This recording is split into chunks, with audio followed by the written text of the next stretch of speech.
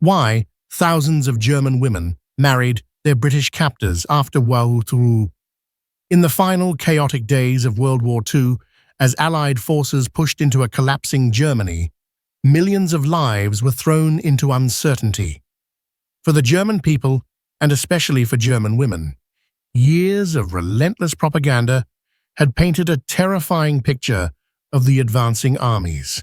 They were told to expect the worst from their conquerors: brutality, revenge, and dishonor. The British soldiers, they were warned, were monsters. But history often unfolds in the quiet margins, far from the noise of battle and grand pronouncements. And in those margins, an extraordinary and largely untold story began to take shape. It's a story not of revenge, but of revelation, not of hatred, but of a surprising, world-altering humanity. In 1945, with Germany in ruins, British soldiers were given a strict order. You will not associate with German men, women, or children. You will be aloof, watchful, and suspicious. This was the official non-fraternization policy, meant to keep a firm wall between victor and vanquished. And yet, something incredible happened. Within a few short years, thousands of German women would defy this rule, public shame, and the fresh wounds of war to become British wives.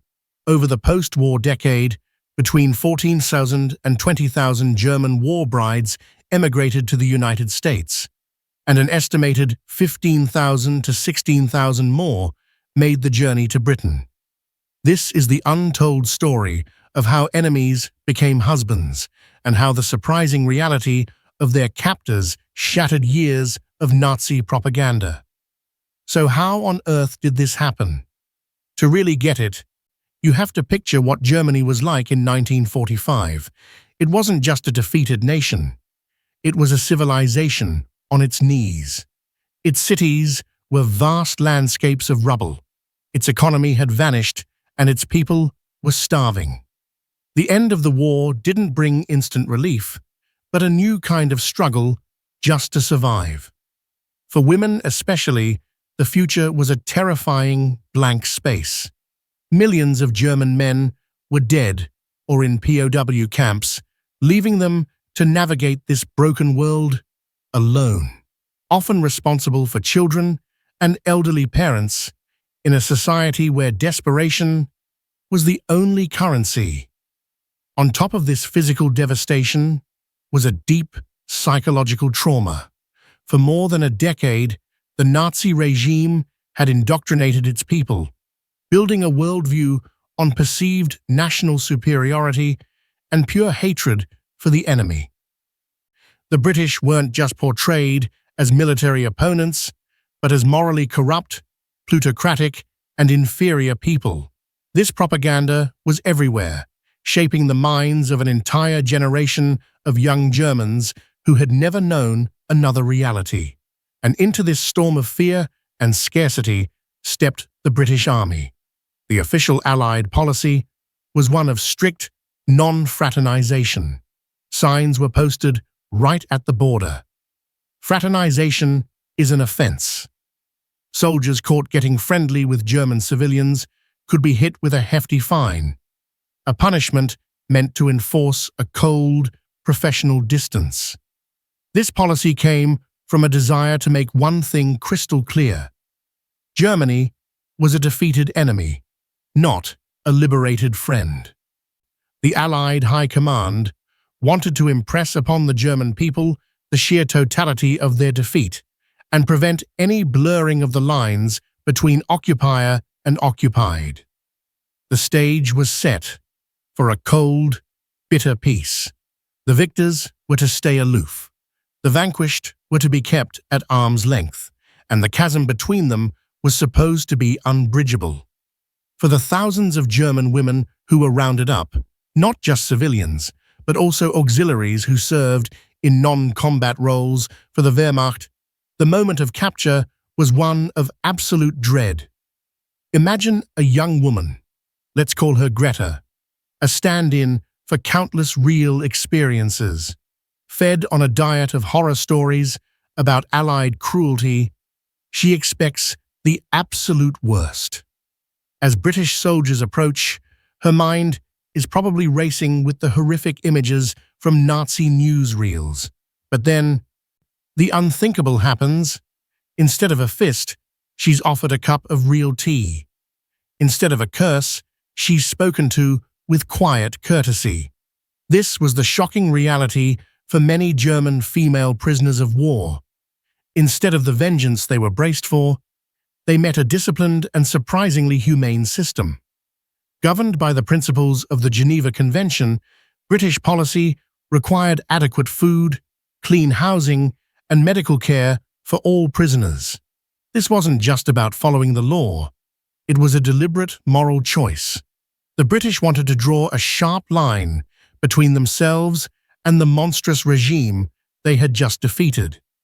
As one woman later put it, they refused to become monsters to fight monsters. For women like Greta, who had survived years of wartime rationing and the constant terror of bombing, these simple acts of decency were deeply disarming. Getting regular meals, clean clothes, and medical attention was a world away, not only from the propaganda they'd been fed, but also from their own grim lives in the war's final years. This first contact didn't instantly erase years of ideology, but it planted a powerful seed of doubt. The monsters from the posters were behaving with a startling degree of humanity. This clash between what they were taught to believe and what they were now seeing with their own eyes was the first crack in the wall of hatred. Kindness from an enemy turned out to be a force more powerful and confusing than any weapon. As days turned into weeks, those first brief interactions started to deepen. The non-fraternization policy, though strict at first, began to unravel almost immediately, and General Eisenhower himself had to send out orders to nip in the bud the friendly encounters that reporters were already seeing. But policies are one thing, human nature is another. American and British soldiers witnessing the widespread suffering of German civilians, especially women and children, found the rule nearly impossible to follow. As one American sergeant put it, "We're supposed to hate people, but as soon as the fighting is over, it begins to work the other way. We begin to feel sorry for them." For the female German prisoners, a structured process of re-education and work began. They were screened for any links to war crimes and then put to work, often in administrative jobs or helping on local farms. They were paid for their labor, and as trust was slowly built, they were given more freedom. It was in these daily, ordinary interactions, in offices, fields, and hospitals, that the rigid labels of us and them really started to dissolve. British soldiers and German women began to see each other not as symbols of warring nations, but as individuals. They shared stories, taught each other phrases in their languages, and discovered a common humanity that defied the official narratives of war. Of course, these budding relationships were risky. For a British soldier, being caught fraternizing could lead to disciplinary action. For a German woman, being seen with an Allied soldier could get her labeled a Jerry Bag or Tommy Whore by her own people, leading to social ostracism and accusations of betrayal. And yet, the connections kept forming. These weren't all just fleeting romances born of circumstance. Many were deep bonds forged in the surreal landscape of post-war chaos. The British soldiers represented a world beyond the rubble, a world of stability, decency, and maybe most importantly, a future. For German women who had lost everything, these men offered a glimpse of a life that was no longer imaginable inside their own devastated country. Even with all the widespread, though technically illegal, fraternization, one huge barrier remained: marriage.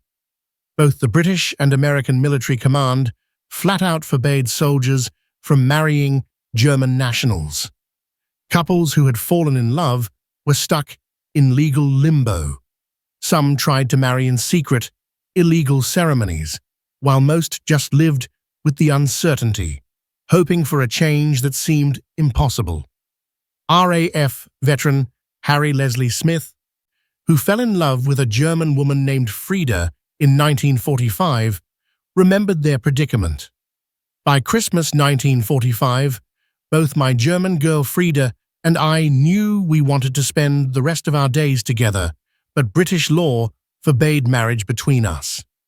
The pressure started to build. By mid-1946, military chaplains in the British zone were reportedly swamped with over 2,000 requests from soldiers wanting to marry local women. The issue was even debated in the British Parliament, with some MPs pushing the government to acknowledge the human reality on the ground. Finally, on July 31, 1946, the British government announced a pivotal change. The ban on marriage would be relaxed. The American forces followed, lifting their ban that December. But this wasn't an open floodgate. The path to marriage was still incredibly difficult. A soldier had to apply for permission through a deliberately slow and bureaucratic process designed to weed out all but the most serious couples. The German fiancée had to go through extensive screening. She needed a respected character reference, like from a priest or pastor, and had to prove that she and her parents had no past ties to Nazi organizations, including youth groups. For many, it was a grueling, year-long ordeal of paperwork and waiting. This was the climax for thousands of quiet, personal dramas.